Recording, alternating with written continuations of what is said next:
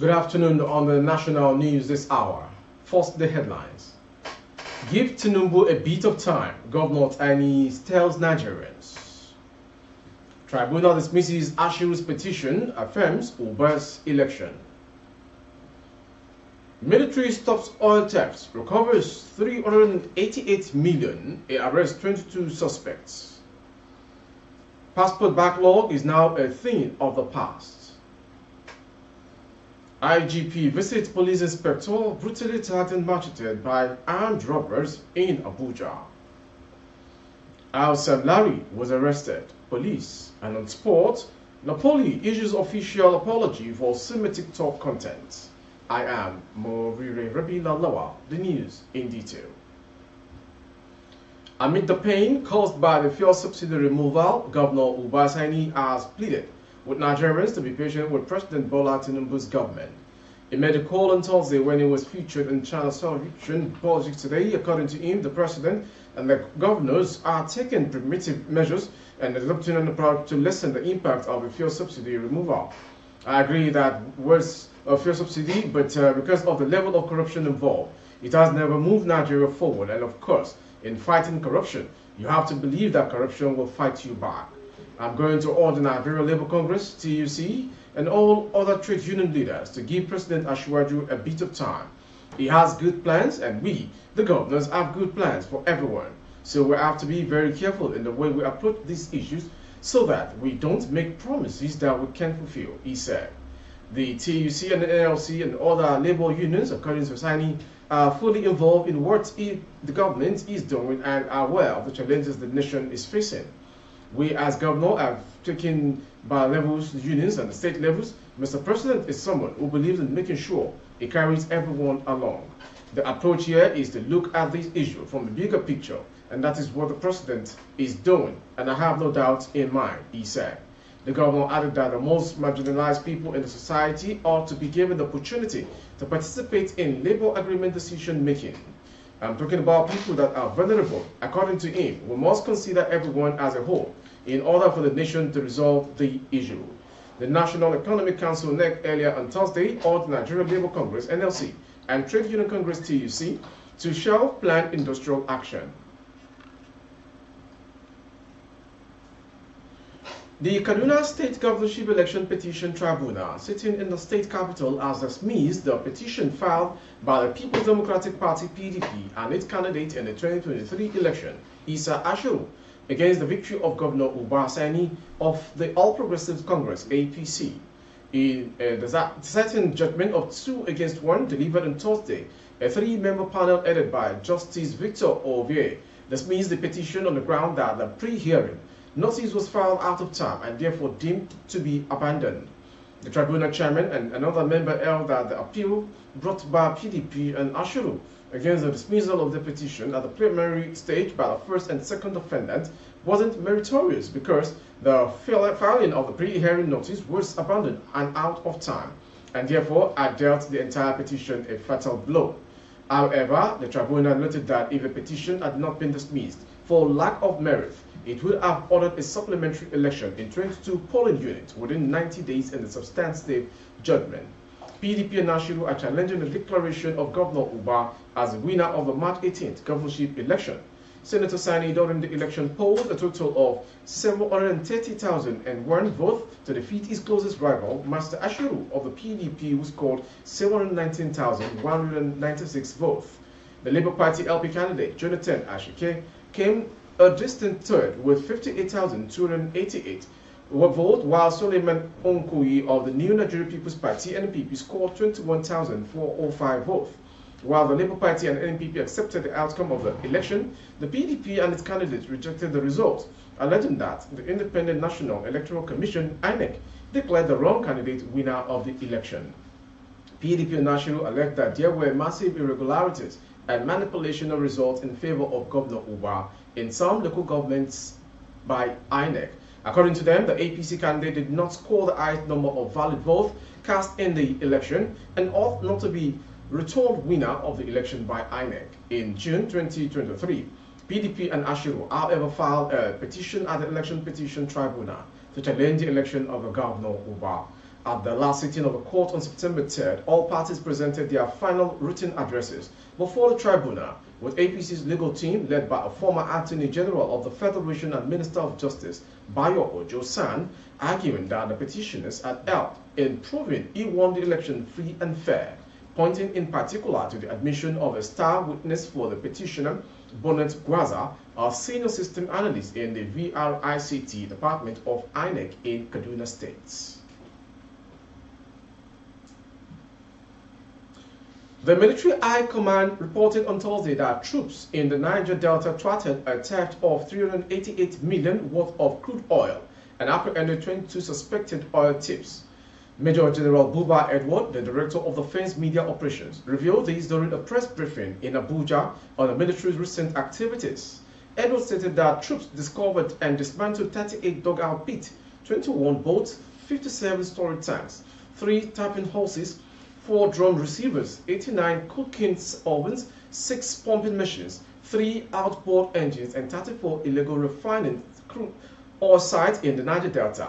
The military also recovered 696,250 liters of stolen crude oil, 54,400 liters of illegally refined AGO, and 1,200 liters of PMS. Additionally, Major General Edward provided an update on counterinsurgency effort, reporting that 191 terrorists were killed and 184 were apprehended over the past week. He added that troops arrested 2 high-profile Islamic State for West African province terrorists in the Tafa and Suleja local government areas of Niger State. The terrorist kingpins were arrested during clearance operations conducted by troops in collaboration with other security agencies on September 24th. He said on September 20, 2023, troops on patrol raided criminal hideouts in Amak of FCT.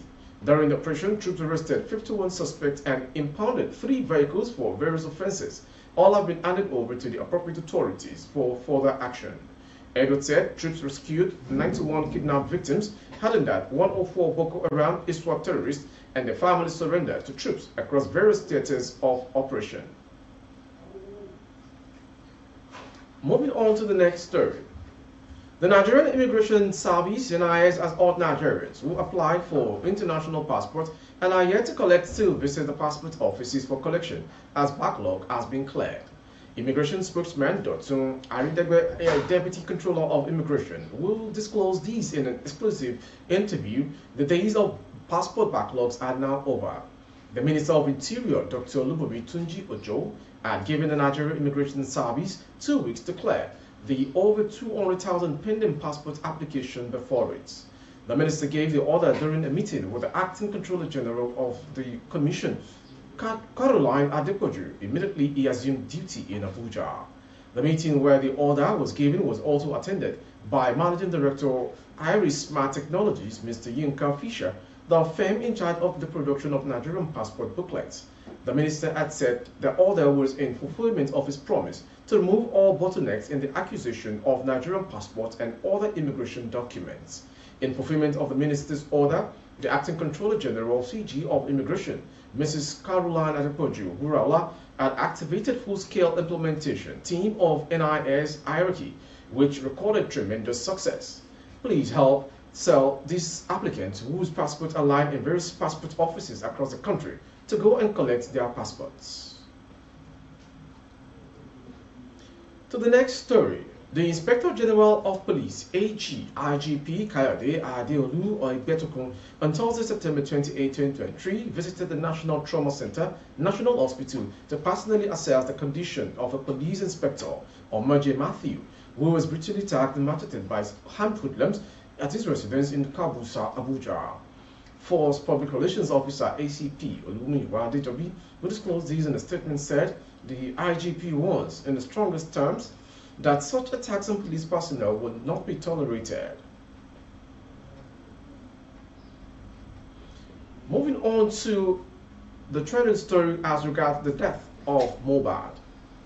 The Lagos State Police Command late Thursday night confirmed the arrest of controversial Lagos socialite Balogun Eletu, better known as Samilari, over an ongoing investigation into the circumstances leading to the death of late singer Ileriluwa Aloba aka Mohbad.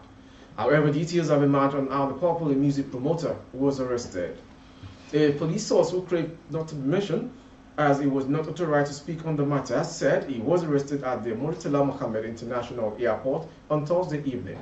He said Samilari was arrested at the airport after he arrived from Kenya. Our officers arrested him at the airport and he was immediately taken to the state police headquarters for questioning.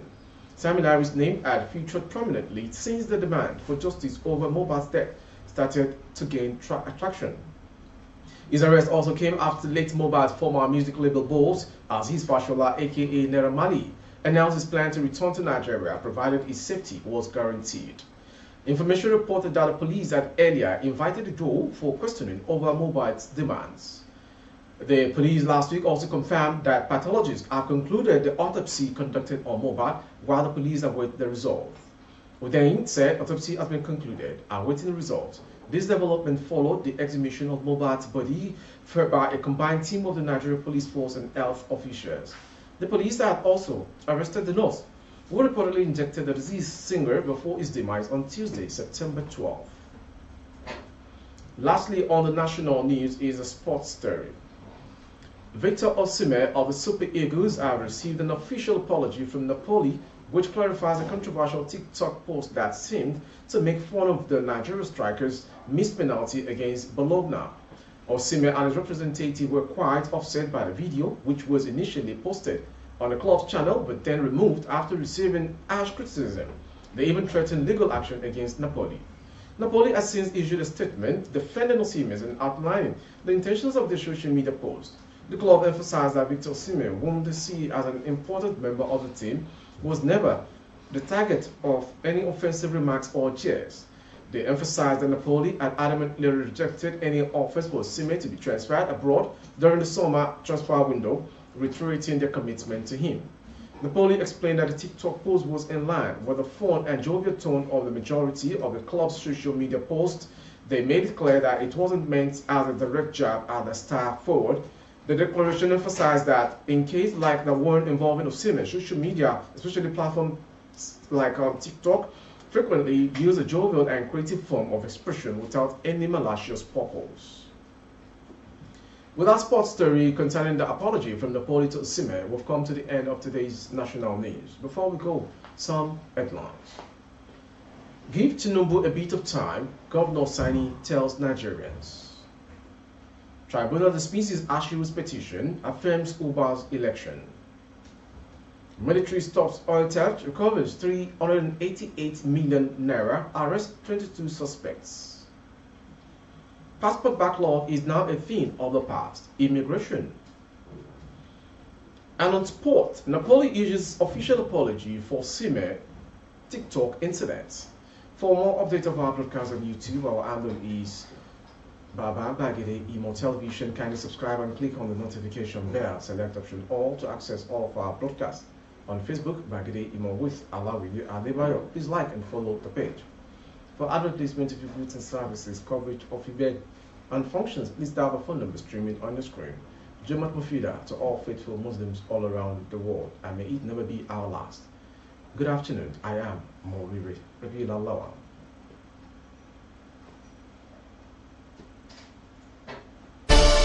Audio Jungle.